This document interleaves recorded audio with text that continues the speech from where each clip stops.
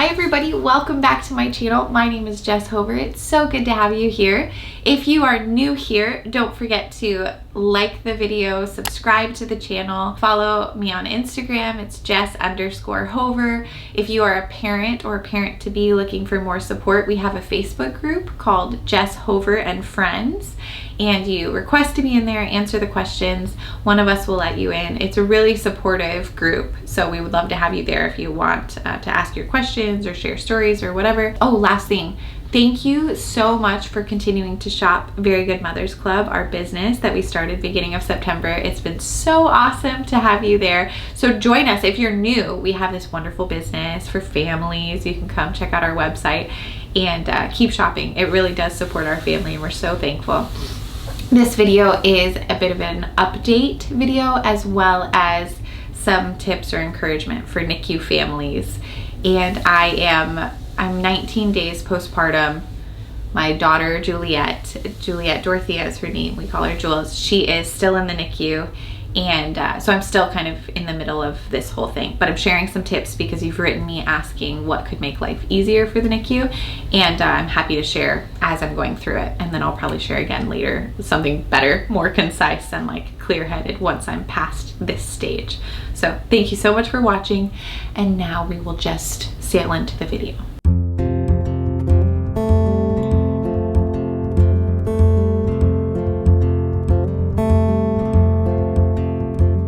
How are we doing? If you watched my labor and delivery video, you know that my baby arrived just about 6 weeks early, and I went into preterm labor 3 weeks before that, and we were able to keep her cooking those additional 3 weeks.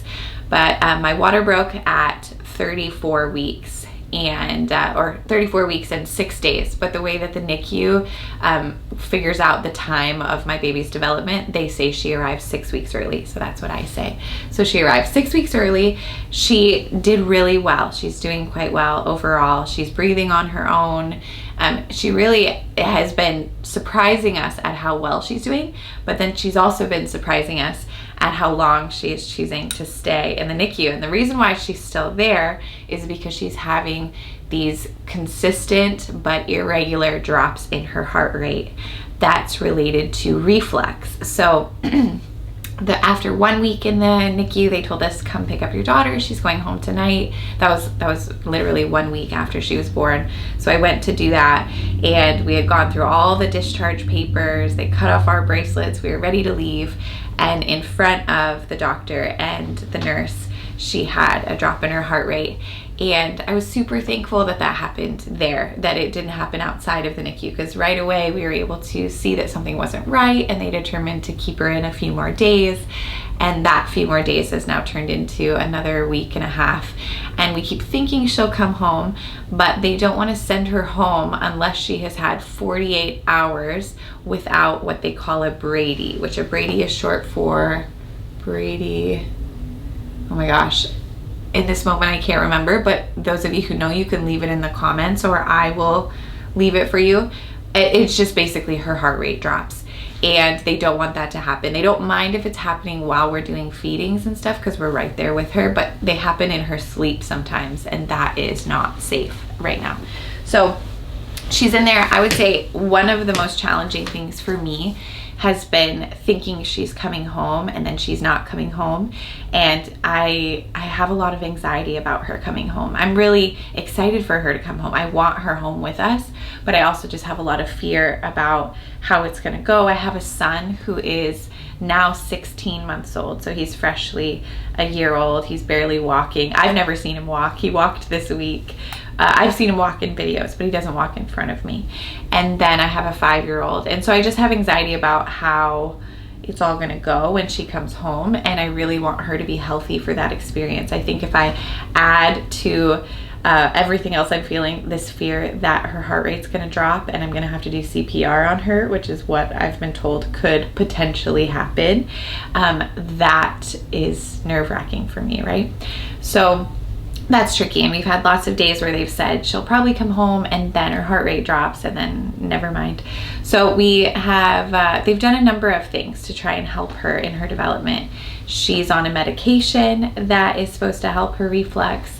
She is taking some formula sometimes. Right now we have her on a thing of every other feeding. She's receiving formula instead of breast milk, and it's a heavier formula, like a, yeah, I forget what it's called, but basically something that they put new babies on sometimes to help with reflux so that it'll stay down in her stomach. And they're looking at sending us home with a hospital grade monitor so that we can really track very clearly if her heart rate drops. We have been given the gift of an outlet monitor, which many of you have recommended to me. I've never used it before, but the hospital would actually like to send us with even a stronger, I guess more accurate monitor than that. And so yeah, so we'll just see. But she's growing really well. She's past 6 pounds, which her birth weight was 6 pounds. So I don't know what she is exactly now, but she's been growing, and she does really well aside from that. And I go visit her during the day, and Sean goes to visit her in the nighttime. And we're just really thankful for the nurses and the doctor that she has in the NICU. They've been amazing. And I have friends who have also had their babies in that same NICU. So I've got a lot of support when it comes to how I do this whole thing. As for you guys, you are asking for suggestions or tips that could better prepare you. What I'll say is that I thought that because I had 2 kids already, I wouldn't be that unprepared for having a premature baby. I thought that I would probably be able to figure it out pretty easily. And what I have learned is that having a premature baby is totally unlike having a term baby, in my experience. And in working with the doctors there, they've said the same thing. Feeding her is entirely different. Changing her diaper is different. How I hold her, completely different. So the anxiety that I felt that reminded me of having Eloise, it's really not far off. I feel so new to this experience. And what I want to encourage you in is, if you find yourself with a premature baby in the NICU and you are like lost, you don't know how to do it, whether it's your first child or you've already had some children, you're not crazy. That really is, that is a real feeling and a very common feeling that you have, that this baby is so fragile and sensitive in ways that are different from having a term baby. And you just, my encouragement to you, and the thing that I remind myself, is just have a lot of grace with yourself and a lot of patience with yourself in that process, because it really is new and it requires a whole different part of you and a lot of learning for the parents. Even Sean was saying the other night, he's like, wow, I feel so dumb when I take care of her because I don't know what I'm doing, even though I think I know what I'm doing because I've done this before, but it's all so different. And that is, that's really the feeling. It's just like, oh my gosh, how am I going to learn how to do all of these different things? And it's like when you have a baby for the first time, only we already have 2 kids and we're doing this whole thing again. Ask a lot of questions of your nurse team, of your ask a lot of questions of the medical team. Anything that feels scary or uncertain or unclear, ask the question. And if you don't know what to ask, you could even say, I'm not sure what to ask. Like, what do parents want to know? What's normal here? I don't know what's normal. For me, having clarity and understanding has been really, really helpful. Don't Google things. As much as you're able to not Google something, but just ask about it, that's really helpful. Not only have I been asking the medical team there, but I also have been asking my sister, who's about to finish nursing school. I've been asking my sister-in-law, who's a physician's assistant, just anything that comes to mind. I've even been asking them to give me questions to ask the medical team, because it's been so helpful to have understanding. When I go there, I can only breastfeed once a day, and I breastfeed for part of her feeding, and then we supplement with a bottle afterwards because a bottle is a lot easier for her to take. I also wear a nipple shield. I've never done that for my other kids, but with her, she was so underdeveloped and she has a tongue tie, and they just felt like it was the best if we could do the nipple shield. Also, I'll make a video about breastfeeding another time, but also the nipple shield is helpful because I can see that milk is going through it, so I can pull her off and see if there is milk in it or not, and that helps us to know if she's actually getting anything. And so I always wear a nursing bra when I go to the hospital. I also bring a pump with me because often after I've held her, I fill up with milk, and when I'm gonna drive home, then I'm really uncomfortable and engorged, so I usually pump right after. And the hospital has a lactation room, so I use that room sometimes. Otherwise, I have pumped in my car before.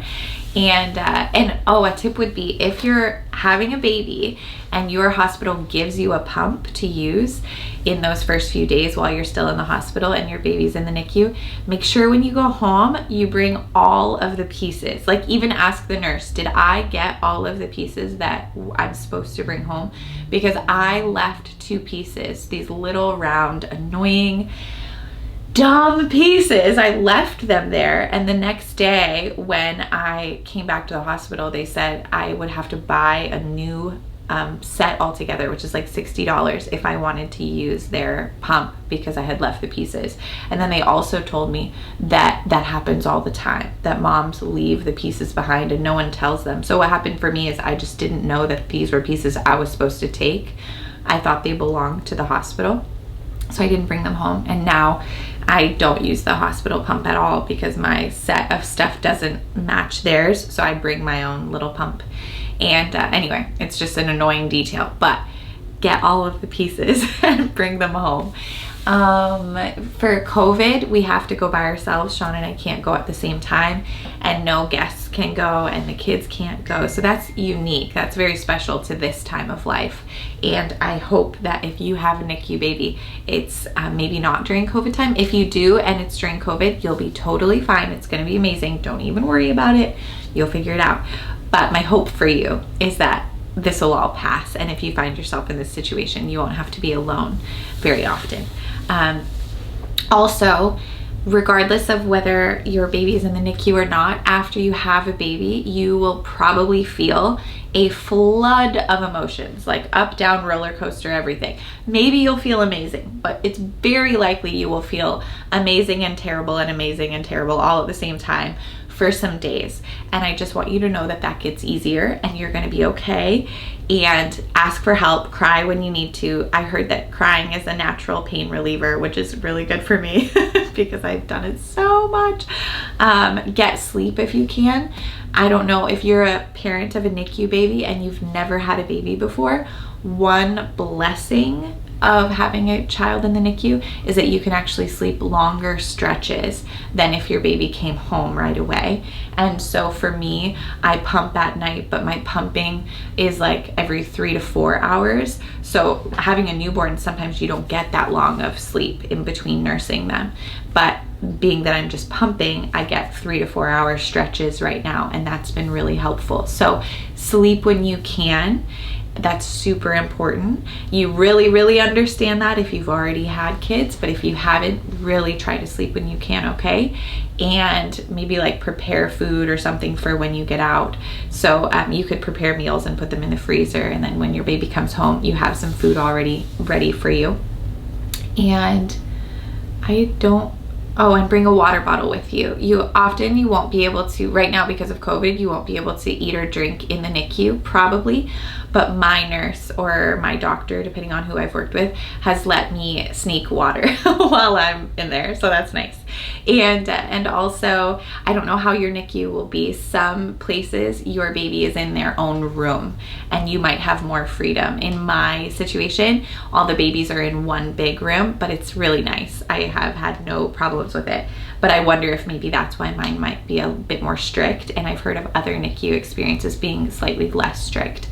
And I wish I could film more for you or show you kind of the process, but there's a lot of privacy things there because there's other babies in there. They don't even want me looking at the other babies too close sometimes because they don't know if other families want that or not. But I obviously look because they're so cute and tiny. Anyway, so my situation is really lucky. My baby is overall really healthy. I know that for some babies that end up in the NICU, it's really terrifying. It's much more intense than what I'm experiencing, and I want to honor you if you are one of those parents that's really facing frightening situations with your baby in there. I'm so sorry. You're doing so good, and really receive the help and the love that your people want to give you. and know that I'm rooting for you as I'm also going through my own experience with my own baby. If there's anything else you want to know, leave a comment or question. You can also join us. We have a private Facebook group called Jess Hover and Friends, and I know that there are a lot of families in that group that have gone through this, and their situations are much more even complex than mine. I have a really close friend. Her baby was in the NICU for 4 months, and she wrote blog posts for us on Very Good Mothers Club, so you can go to our website and then look at the blog, and she has tips in there from her experience. Anyway, just know that there's a lot of people who would want to help you through your whole process.